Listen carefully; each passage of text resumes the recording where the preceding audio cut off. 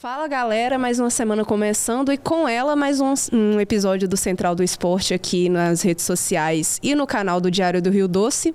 Mais uma semana aqui com o Fábio Velame, do Diário do Rio Doce, e com o Vitor Gabriel, editor de imagens da TV Leste.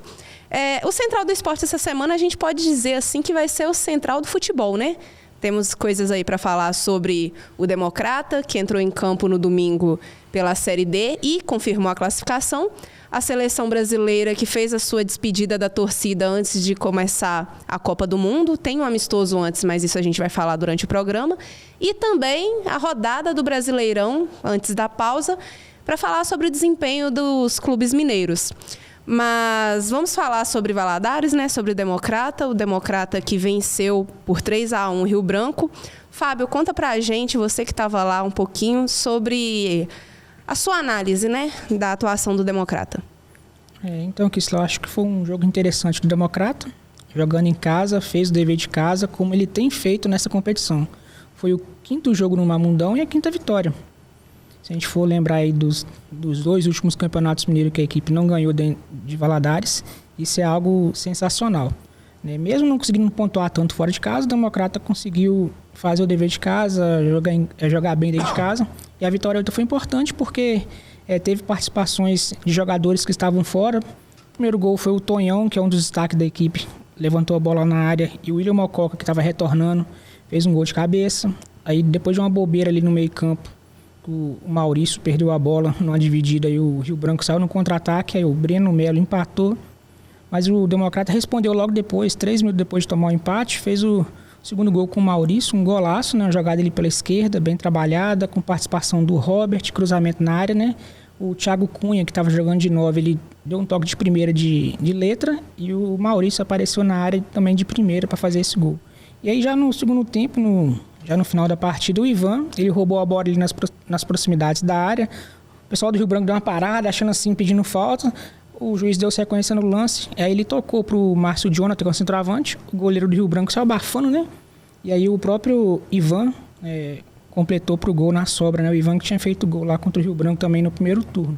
Então foi uma vitória importante. O Democrata que já havia entrado em campo classificado, devido à vitória do Tombense contra o Porto no sábado, né? Então foi um jogo assim, sem aquele peso, sem aquela pressão de ter que conseguir o resultado. Então foi uma vitória importante, liderança no grupo junto com o Tombense, só que o Democrata tem uma vitória a mais, né? Então aí vamos ver como é que vai se confirmar esse primeiro lugar na última rodada lá no dia 14, contra o já eliminado Real Noroeste lá em Águia Branca, lá no Espírito Santo, né? Mas foi uma vitória importante, deu moral, né? 5 jogos em casa, algo que importante para a cidade e para o nosso futebol. E você, Vitor? O Democrata já entrou em campo classificado e analisando assim, lógico que a vitória coloca uma moral até para pontuar no grupo, né? Vai que passa em primeiro lugar. Qual é a sua projeção para o Democrata, assim, caso avance em primeiro, dependendo da equipe que pegar ali no mata-mata? Então, Kisla, eu acho muito importante essa vitória de ontem, mesmo entrando classificado, mostra 2 coisas. Primeiro, é o foco do time. Podia deixar a peteca cair e falar, gente, vamos dosar aqui a força, a carga aqui e tal, mas não, foi lá, jogou, fez a pressão, fez o mando de campo valer, ganhar é muito importante, fazer saldo é mais importante ainda. Qualquer gol a mais que dá para fazer ali, tem que fazer, tem que matar o adversário. E venceu sem sofrer muito susto. Tomou o gol de empate, lógico que com certeza a torcida naquele momento falou, putz, e agora? Porque querendo ou não, o Rio Branco tem jogadores com qualidade. Tem nomes que já jogaram no cenário nacional. Jogador de qualidade tem uma história também na competição, né? Tipo assim, por exemplo, tem o Rafael Vaz, né? Que jogou no Flamengo. É um cara que sabe jogar. É um cara experiente, bom jogador. Vai falar que ele não seria titular, por exemplo, no Democrata? Com certeza seria. Então, tem aquele Bruno Melo que fez o gol. É um jogador que diz que é uma joia do Rio Branco, um jogador bom. Então, olho nele. Pode ser que esteja jogando nas divisões acima, né? Na Série C, numa Série B, logo menos, né? É um jogador que tem um destaque. E ganhar, e sem sofrer muito susto, principalmente no segundo tempo, é muito importante. Mostra o setor defensivo mais alinhado, mais ajustado. E parando o Rio Branco, que na minha opinião era o time mais forte, junto com a Tombense ali, me mostra positividade. Pensar positivo no mata-mata. Pensando que, por exemplo, chegar na última rodada, que daqui 14 dias ainda, chegar lá, ganhar e consolidar essa primeira colocação e pegar um time, possivelmente pode ser um time do Mato Grosso ali, que não tem um futebol tão forte igual os times de Minas, os times do Espírito Santo, os times... Até um pouquinho o Porto me surpreendeu, achei que o Porto seria esse time da lanterna, não foi. Mostrou um time que vai combater até a última rodada, igual vai ser contra o Rio Branco, que vão brigar pela última vaga ali para classificar. Então, me leva a crer um ponto positivo, uma luz e falar, olha galera, a gente pode chegar na próxima fase e avançar, hein? E ainda mais tendo esse retrospecto positivo de estar 100% em casa, eu consigo ver que talvez eu vou continuar batendo essa mesma tecla.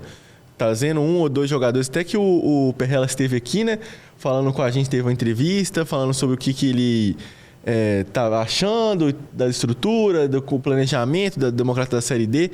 Eu achei que ele falou que vai olhar o mercado, que é difícil, é dinheiro, aquela resposta tradicional, né, que a gente conhece. Mas se houver algumas contratações, alguma coisa ou outra, um fator novo para poder ajudar o Cícero, que vem fazendo uma grande campanha, o Democrata pode chegar bem e consolidado para a próxima fase. É só lembrar o pessoal aí que o grupo do Democrata vai pegar os times do grupo 11, né? Os 4 primeiros. O Uberlândia está classificado com 18 pontos. E aí tem o Betinho, o Craque, o Inviema com 12 pontos. Aí, Operário e Abecate, o 5º e 6º lugar, ainda com chances remotas, né, com 9 pontos. Então, vai ter esse confronto. Dependendo da posição que o Democrata finalizar, ele pode pegar o Inviema, pode pegar o Craque, ou até o próprio Betinho, dependendo dos resultados, né? Ou até os outros ainda que tem chance. Então, assim, por isso que eu acho que é importante mesmo classificar em primeiro lugar, mas sempre ficar de olho, né? Porque Série D é outra história. E mata-mata é um outro tipo de competição, né? Primeira fase foi pontos corridos, agora no mata-mata você tem um dia ruim, você pode jogar o trabalho por água abaixo. Então tem que manter o foco aí. Sim. E tentar chegar nas quartas de finais, né? Que vai ser ali onde vai... nas quartas ou na semi?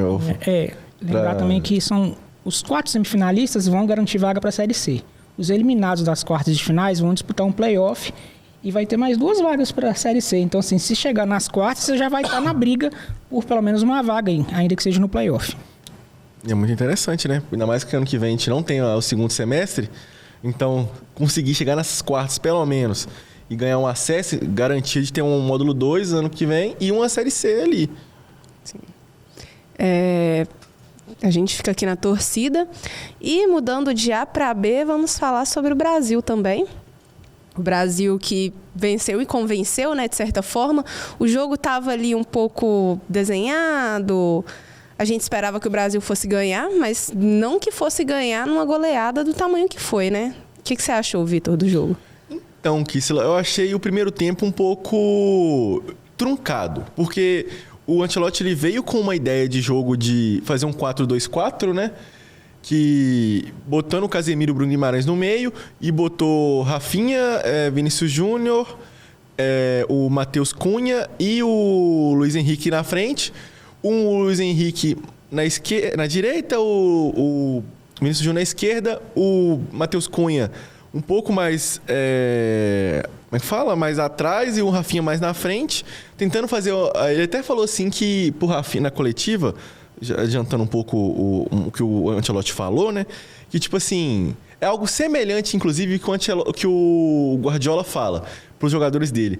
Que ele ajuda os jogadores a chegarem até o último terço. A partir do último terço, os jogadores têm que saber aonde vão se posicionar, o que vão fazer... usar a genialidade deles para fazer o gol, construir uma jogada clara de gol. E aí eu senti também o Ancelotti entre linhas falando a mesma coisa quando foi questionado sobre o porquê o 4-2-4 contra o Panamá. Então eu senti que o Rafinha ele não conseguiu, e o Matheus Cunha não conseguiu entender qual era a função dele. Onde eu deveria flutuar, onde eu deveria ir para poder ajudar meu companheiro a criar uma jogada de gol. E aí, beleza, teve o gol do Vinícius Júnior, um baita gol. Logo depois tem aquela água fria, assim, do gol, bola gol desviada contra. E tal. E, tipo assim, eu sou um grande crítico do Alisson, mas eu não consigo ver falha do Alisson ali naquela jogada. Pô, ali é fatalidade, é um desvio fatal. E a gente vê pela TV, parece que dava tempo de voltar. Gente, quando você tá dentro de um gol profissional, você vê o tamanho seu pro gol, você imagina na hora, a batida da falta, a bola desviando numa velocidade, você já tá indo pro corpo projetado para um lado, você vai pro outro. Gente, é muito difícil, é muito rápido. Então, nem ali eu consigo ter uma crítica sobre isso. Aí tem tem a mudança também que eu achei muito, muito, muito bom mesmo do Ancelotti. Ele fazer essa mudança, vou só adiantando porque eu vou pegar só os recortes, que eu achei muito importante, mas gente, geralmente eu via na seleção o técnico demorando tipo 20 minutos, 15 minutos para trocar 5, 6 jogadores. Ele já chega no intervalo trocando todo mundo. Ele só não trocou o Léo Ortiz porque não tinha reserva. Léo Pereira, isso, desculpa. Ele não trocou o Léo Pereira porque não tinha reserva. Porque o Marquinhos e o Marquinhos Gabriel tava na final da Champions e o Martinelli também não jogou, porque também estava na final, por isso que não jogaram um amistoso. E aí ele deixa como é que é esse nome dele de novo? O Léo Pereira. Nos 90 minutos. Eu acho até legal para ele a importância também, para ele poder mostrar mais ainda o... Sim, não comprometeu, jogou bem. Jogou bem. E a partir daí do segundo tempo, para mim a seleção voa. Voa e tipo assim... E eu vejo pro Ancelotti um baita problema. Porque você vê o Danilo pedindo passagem, você vê o Ryan pedindo passagem. O Endrick, falar dele é chover no molhado, porque ele entra querendo muito. E outro, o Igor Thiago. De novo, ele que pressiona o goleiro e ele consegue fazer o goleiro atrapalhar para a bola cair no pé do Ryan. Ele sofre o pênalti, que ele dá uma caneta. Todo mundo pensa, centroavante, bruto, não sabe jogar. Ele dá uma caneta no zagueiro e automaticamente essa bola vai na frente, ele consegue na velocidade antecipar o goleiro, que o goleiro chega nele, faz o pênalti, que foi um pênalti bem marcado, e ele vai lá com muita, como é que fala? Categoria e faz o gol. E é um cara, eu vi um recorte de um repórter que vai me falhar a memória o nome dele, que trabalha na TNT, ele fala que o jogador que mais está aproveitando não é questão nem de dentro de campo, esse clima todo, esse momento todo é o Igor Thiago. Você vê sempre ele feliz, contente, falando bem do grupo, falando bem de todo mundo, enaltecendo, Deus, obrigado. Todas as comemorações, ele era um dos primeiros a chegar também. Então, tipo assim, é um cara que tá ali focado no time. Então, tipo assim, é algo que você deve sim levar em consideração e tá abraçado com o grupo. Então, eu pegando só esses recortes, na minha opinião, de olhar e falar, gente... O Ancelotti vai ter um baita trabalho. Para quem fala que a seleção, o grupo é fraco, que a geração é horrível. Gente, tem muita coisa aí que vocês podem ver que são ótimos jogadores. Eu acho que foi um jogo bom do Brasil, né? É lógico que o Panamá é muito inferior ao Brasil, então eu já esperava a vitória do Brasil. Essa questão do time reserva jogar até melhor que o time titular, né? Que os reservas fizeram mais gol, também eu acho que é a questão de... Pô, é o último jogo aqui, vou jogar tranquilo, porque a Copa do Mundo tá logo ali. Então vai ter cara que não vai colocar um pé numa dividida, assim. Não tô falando que os caras jogar de má vontade, não. É que os reservas naturalmente vão querer sempre mostrar serviço. E foi isso que aconteceu no segundo tempo. O Brasil teve uma vitória cachapante. Passou mais aperto do que a gente estava esperando, quando o jogo estava 1-1. O Panamá até levou alguns perigos ali, mas... Foi uma vitória, assim, no final tranquila. Os jogadores, como você disse bem, aproveitaram as oportunidades. E aí é trabalho pro Ancelotti, né? Que a gente vai ter um jogo aí no próximo sábado contra o Egito, né? Já nos Estados Unidos, o último antes da Copa do Mundo. Eu imagino também que ele vai, nesse momento, acho que ele vai rodar menos o time, porque ele vai estar próximo à estreia, né? Mas a gente vai ver o que vai acontecer. Lembrando que o Panamá vai estar na Copa e o Egito, que é o próximo adversário, é um nível um pouco maior. Um pouco, eu diria, tipo uns 2, 3 degraus a mais que o Panamá. Então, vai ser um jogo mais truncado, mas vai ser um jogo que também é um nível que eu acho até mais... um nível que você pode... Tipo assim, do nível, talvez, dos grupos, das seleções que vão estar no grupo do Brasil, na Copa.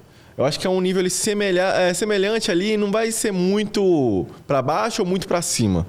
Mas achei... Vai ser um bom teste, né? É um bom teste, afinal de contas. É um bom teste. E se você pega, igual tem gente falando, é o Panamá. Gente, se vocês pegarem as outras seleções grandes que vão perfilar na Copa, vai pegar esses níveis de amistosos também agora. Não vai ter uma França e Alemanha amanhã, por exemplo. Vai ser tipo França e alguma outra seleção do nível do Panamá para baixo. Eles não vão arriscar muita coisa. Só que uma coisa que me preocupou ontem, eu confesso que já tinha um tempo que eu não assistia um jogo da seleção inteiro, até porque parece que ele estava lesionado e está retornando agora. O Alisson está um pouquinho fora de forma. Isso me preocupou. Tipo, eu sabia que ele não estava no ritmo, mas apesar de não ter falhado ontem, eu achei um pouco arriscado ir com ele logo de cara. Não seria um goleiro que eu colocaria de titular de uma vez. É que, tipo assim, se não me engano, ele não joga desde fevereiro pelo livro. Qualquer jogo, partida oficial, ele não joga desde fevereiro, se não me falha a memória. Então, tipo assim, olha o tanto tempo que faz já. Vamos falar de 4 meses, praticamente, que ele não atuava. Então, isso aí eu acho que é natural mesmo de acontecer. Eu acho que é perigoso, sim, de fato. Eu não descarto a possibilidade. Porque, querendo ou não, a Copa é um tiro curto.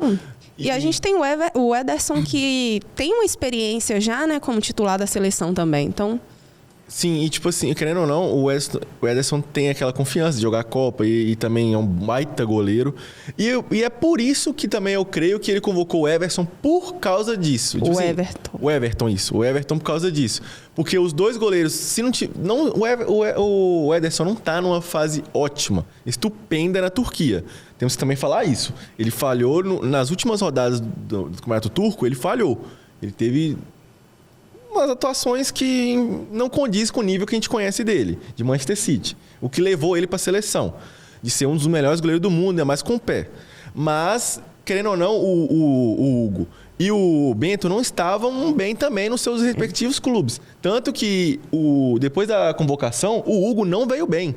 Então, ele não está bem psicologicamente. Isso mostrou fragilidade. Então, imagina numa Copa ter os dois goleiros que não estão bem, um fisicamente, o outro tecnicamente, você ter que confiar no terceiro goleiro, que, por exemplo, fosse o Hugo, e ele mostrar que não está bem psicologicamente para jogar.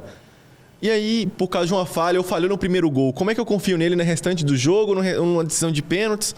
Então, dá para você ver o contexto todo e ver no final de tudo que o Ancelotti esteve certo.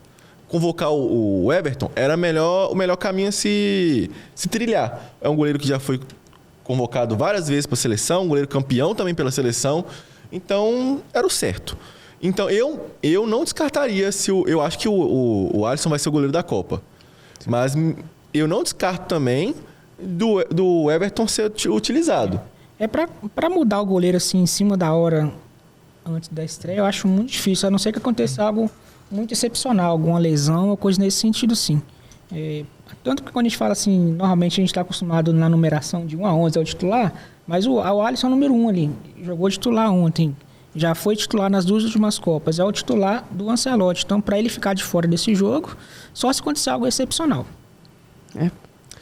Enfim, né? Vamos aguardar. Eu acho que tem 1 ou 2 vagas no time titular até então sobrando. Só queria dar uma cornetada. Eu acho que o 4-2-4 é muito perigoso para uma Copa do Mundo contra equipes mais fortes. Não sei se ele pode pensar num terceiro outro meio campo aí para poder ajudar, porque o 4-2-4 é bem exposto.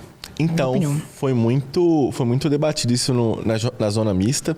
Até na entrevista coletiva do Ancelotti foi muito perguntado sobre isso. Eu tinha chegado a olhar.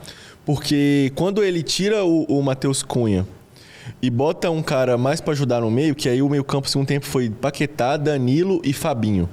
Aí o time teve mais corpo e aí conseguiu criar mais chances. Porque eu vejo o Rafinha, o Danilo junto com o Paquetá, eles são muito iguais. No sentido de que são 2 jogadores que sabem atacar e sabem marcar. É aquele box-to-box que a gente conhece na Europa, que a gente fala que área a área. Defende e ataca. Então, que a gente viu muito lá atrás também com o Paulinho, por exemplo. Então, é um cara que são jogadores que pisam na área, que tem a habilidade de armar, de criar, de fazer. Só lembrando, quando a gente fala armar, não quer dizer que ele é um cara armador camisa 10. É um cara que vai ajudar, por exemplo, se o Neymar for titular, ele vai ser o cara que vai dar o passe para o Neymar achar alguém. Entendeu? Então, a gente tem que também entender a função de cada um. Igual o Bruno Guimarães. Bruno Guimarães não é um volante. Ele é um segundo volante. Ele vai ajudar a criação do Neymar, ou de quem for ali, o Matheus Cunha, o Vinícius Júnior, o Rodrigo, lá na frente. Mas vai ser esse cara. A gente tem que entender isso. Porque no Newcastle joga ele e o Joelinton. O Joelinton ainda faz mais o papel sujo do que ele, inclusive. Então, o torcedor tem que entender a função de cada um. Acho que é isso, né? Também. Eu acho que acaba ficando exposto porque o Brasil ele tem muita qualidade do meio para frente. Do meio para trás, a gente já conversou aqui em episódios anteriores, sobre isso de algumas convocações terem pegado de surpresa, principalmente ali no meio campo defensivo. Eu acho complicado. Para mim, jogar no 4-2-4 seria como jogar eu acho uma escalação um pouco antiga também. É igual o Brasil de 2006. Um quadrado mágico. Que estava jogando um 4-4-2, só que já era uma escalação muito ultrapassada pelo que o Brasil podia apresentar na época. Porque jogava aberto com, se não me engano, o Kaká e o Ronaldinho, se não me falha a memória. Era algo assim? Que era Ronaldo e Adriano. Adriano na frente, Kaká e Ronaldinho. Isso. Aí você botava... Era o famoso quadrado mágico que eles falavam da Copa 2006, que, tipo assim, você tinha muito jogador... ofensivo, de qualidade, você não podia deixar de fora, tanto que no banco você vai ler que tinha Robinho ainda, tinha Juninho Pernambucano, tinha vários caras também que estavam no auge também nos seus clubes, e outros caras que não foram, e aí você pega esse recorte para jogar esses caras para defender, porque querendo ou não, naquele tempo também tinha um futebol que você tinha que defender, não é só hoje que por causa da intensidade e tal, mas aí você pega, Ronaldinho não defendia no seu clube, Kaká... O que mais podia se salvar ali era o Kaká. Mas o Ronaldinho não voltava para marcar. O Adriano nem se fala. Então, tipo assim, imagina você fazer isso tudo e fazer esses caras para voltar. Eu entendo que o Matheus Cunha faz esse papel sujo. Por isso que eu creio que o Ancelotti gosta muito dele. Porque ele sabe ser muito ofensivo, mas também sabe ajudar muito lá atrás. Mas eu vejo ele... Eu tenho uma crítica pessoal de achar ele um jogador que faz de tudo, mas não faz nada, no final de contas. Sabe fazer...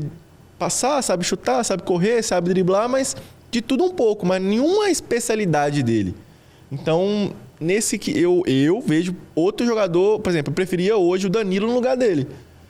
Mas aí deixa na mão de quem sabe mais, que é o Ancelotti, muito mais, para poder montar nessa seleção. Pois é. Só lembrar também, né, pessoal, estreia do Brasil, feriadão em Valadares à noite, né? As noites vão estar... As ruas de Valadares estão bem movimentadas. Feriado.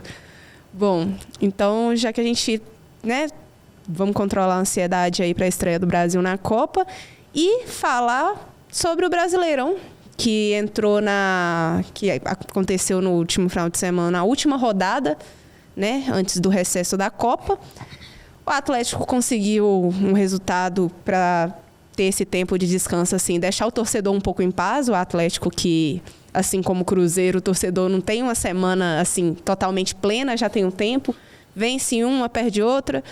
E o Cruzeiro que acabou empatando um jogo bem morno contra o Fluminense.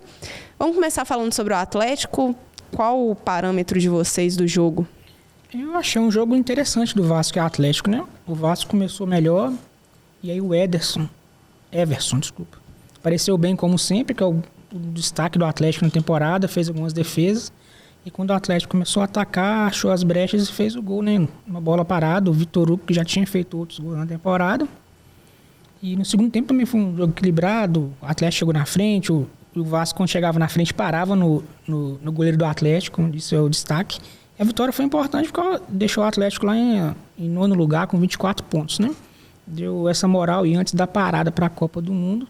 Porque se perdesse, ele corria o risco de ficar lá embaixo, próximo à zona de rebaixamento. Aí, como venceu, ele está apesar de estar em nono lugar, está a 4 pontos da zona de rebaixamento, mas também está a 2 pontos da zona da Libertadores. Então, assim, está bem interessante o brasileiro. Não, o campeonato em si, ele está muito embolado. É igual eu lembro mesmo que...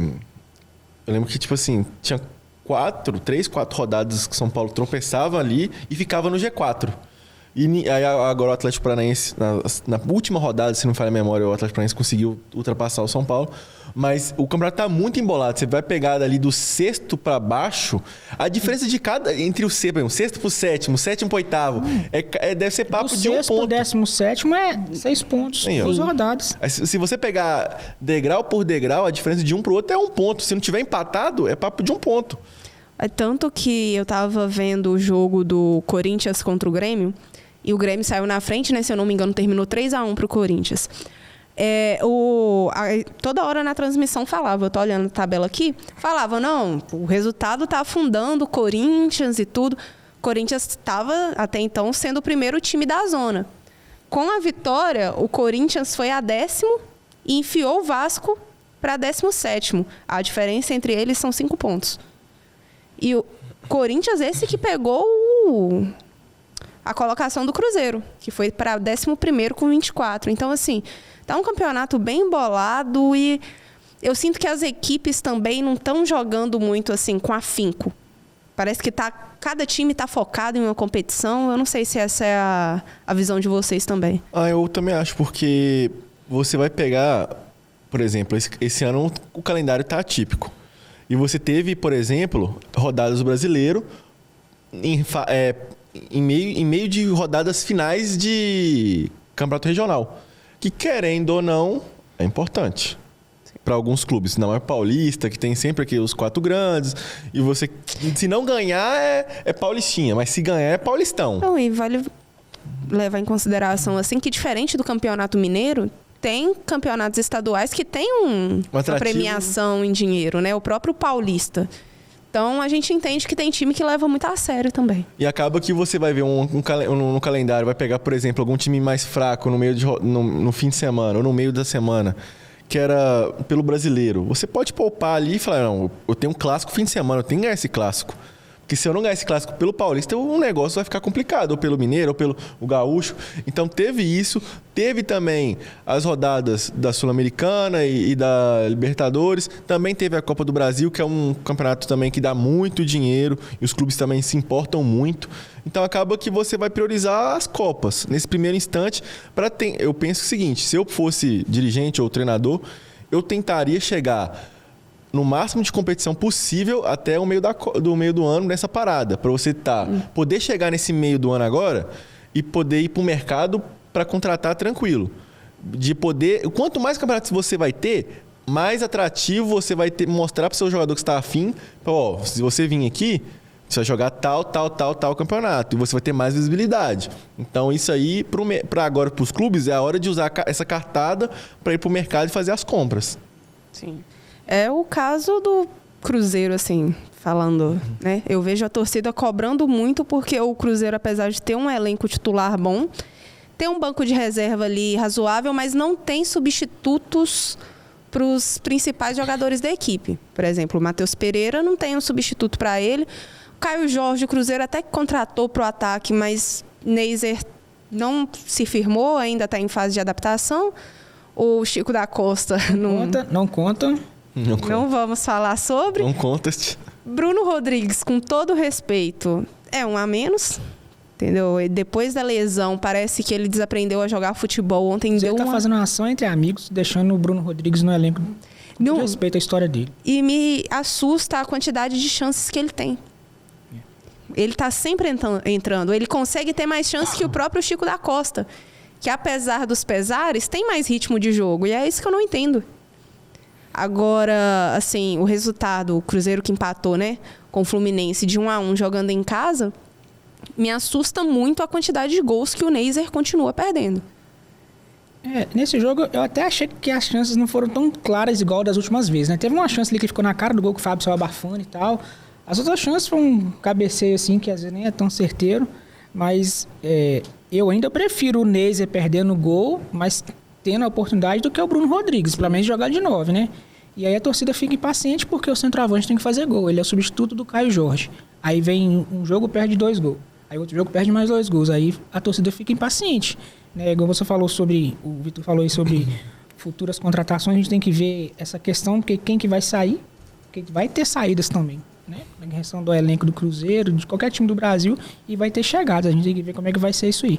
Mas o Neza, infelizmente, até o momento, ele tem decepcionado. Pela expectativa que foi criada nele, por ter sido um dos destaques do Sub-20 do Mundial, o Barcelona vai levar o Neza. O Cruzeiro chegou lá, mas o Barcelona estava querendo. E aí, infelizmente, essas questões dos gols perdidos têm prejudicado demais e a torcida tem ficado insatisfeita com ele. Eu não acho que ele é um jogador ruim, eu não acho que ele é um cara descartável, mas ele precisa melhorar nisso aí, com certeza. A gente... jovem, né? Não, sim. Eu gosto muito de usar o paralelo do Arrascaeta quando ele chegou, porque o Arrascaeta também demorou a se adaptar, chegou muito jovem também. Só que eu acho que a torcida fica impaciente não só com o fato dele perder gols e ter que mostrar resultado. Eu acho, até porque a maioria das vezes que ele perde gols, ele inicia a própria jogada. Então, tem esse ressalve. Ele se posiciona bem, ele sabe jogar ali. O negócio é fazer os gols. Assim, se ele tá finalizando, é porque tá posicionando bem. Isso. Entendeu? Porque parado não tem como você chutar gol. Mas a questão, acho que o que pega é que para ele fazer um gol, ele perde 6. Isso é complicado. Então, dá para você ver que ele tem um... É igual você falou, o cara foi destaque em um torneio onde tem vários olheiros olhando pro cara, pro torneio em si. E não foi só o Barcelona, eu lembro que o Atlético de Madrid também sondou firmemente ele. E o Cruzeiro não falou que não ia vender, que não ia ouvir proposta. Então, eu acho que é bom você dar chances para ele, mas também tem uma linha tênue em você tomar cuidado para não queimar. Porque se um jogador desse acaba sendo queimado, é um investimento que poderia... por exemplo, há 6 meses atrás ele valeria, sei lá, 10 milhões de euros. Hoje ele vai valer, se continuar de ser queimado, chegar ao ponto de ser queimado, vai valer nem 3. Mas aí ele tá se queimando, né? Ele tem que desempenhar em campo, né? Não é o time que tá fazendo sacanagem com ele, né? Sim. Então tem essa questão também. Mas eu acho que, tipo assim, eu deveria, no caso, é o treinador, às vezes, ele pode sentir, falar, olha, tá complicado, eu acho que... Porque não tem outra opção, cara. Aí tem que chegar a diretoria e, por exemplo, o Chico da Costa é contratado ou é empréstimo? Só pra me tirar uma dúvida. Se eu não me engano, é contrato. Aí é complicado. Mas ele tá de saída, né? De sair, né? Então, tipo assim, numa hora dessa, a primeira proposta liberar, igual o Bruno Rodrigues, é por empréstimo. Falou com o Palmeiras aqui, não vai dar, vamos encerrar aqui o empréstimo e é isso. E aí liberar. Porque deixar no clube escanteado não pode, não dá. É prejuízo. E ainda mais que um menino novo, da idade dele, tá passando na frente deles...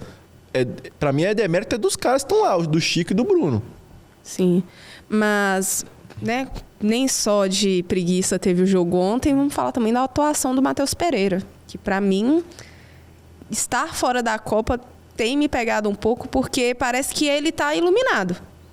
A gente viu semana passada o jogo contra o Boca, foi o jogo dele, eu acho que eu nunca vi o Matheus Pereira jogar tão bem. E ontem ele meio que deu a chance do Cruzeiro respirar. Tanto que depois do gol de empate que ele fez de falta, um golaço, inclusive. Ok que teve um desvio que matou o Fábio, mas foi um golaço. E depois disso parece que o Cruzeiro deu uma vida. O Cruzeiro voltou a atacar com mais frequência, só que não conseguiu a virada. Mas assim, o Matheus Pereira, ele tem sido o nome do Cruzeiro.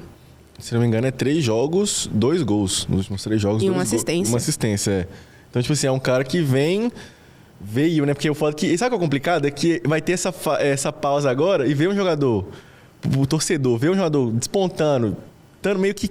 No basquete a gente fala que tá quente, que tá jogando bem, tá fazendo todo o jogo, fazendo uma boa atuação e vai ter essa pausa, vai dar uma esfriada. Sim. Aí é complicado. Então... mas essa pausa também, eu tava lá no jogo da Libertadores no meio de semana, né? E os caras estão comemorando demais essa pausa que eles estavam precisando. Todos que passaram na zona mista falaram, ó, graças a Deus que vai dar um descanso, que eles estão precisando disso. Vão ter umas férias aí, vai ter uns tempos de folga. Mas em relação ao Matheus Pereira, é o cara do Cruzeiro. Eu ainda acho que ele tem uma outra deficiência que possa melhorar. Apesar do gol de falta, eu acho que ele precisa melhorar nessa questão da falta mesmo. Né? Nas bolas paradas também de escanteio, eu acho que ele poderia melhorar. Eu já falei isso aqui 1, 2, 3, 4, 5 vezes, de bater o escanteio um pouco mais forte. Mas é um cara que está jogando, que está fazendo a diferença no Cruzeiro, poderia estar na seleção. Mas como ele nunca tinha sido convocado com o Ancelotti, então para mim não foi surpresa ele ficar de fora. Mas eu acho que sim, que ele tinha uma vaga ali, pelo menos entre os 26, eu não tenho dúvidas nenhuma. Se ele vestisse a camisa do Flamengo ou do Palmeiras, ele estaria lá no grupo. E ao ser questionado, só para finalizar, ele sai muito bem da resposta sobre o que ele acha de não ser convocado e tal. Ele falou que respeita muito o Ancelotti, que é um cara inteligente, que sabe o que faz. E ele poderia chutar o balde, falar que é injustiça, que a seleção é vendida, igual o Fábio fez recentemente, de forma indireta, falando sobre isso, mas ele falou super bem do Ancelotti e falou que está nas mãos dele. Aí escolheu super bem, vai torcer pela seleção, etc. E ele respondeu bem, porque querendo ou não, o Ancelotti está com um contrato renovado por mais um ciclo, por mais 4 anos. Então ele é um nome que com certeza vai ser ventilado no próximo ciclo. Então, se queimar agora, não seria nada bom para ele. Não tem por que fazer isso, porque ele trazer uma situação muito ruim para ele, né? Ele tá bem na temporada, então não tem que estressar com isso. O que vier em relação à Copa do Mundo, se algum jogador lesionar, como ele tá na pré-lista, ele pode ser chamado ainda, né? Então o que vier é lucro para ele em relação se vai ou não na Copa do Mundo. Pois é. Enfim, né, vamos encerrar esse episódio. E semana que vem a gente volta para falar sobre o último amistoso do Brasil antes da Copa do Mundo. Não tem o brasileiro, por enquanto. Não tem a Série D também. O Democrata só volta em campo dia 14. Mas a gente fica aqui acompanhando as notícias, né? Para mais informações, vocês podem acessar o site do DRD e as nossas redes sociais também. E até a próxima.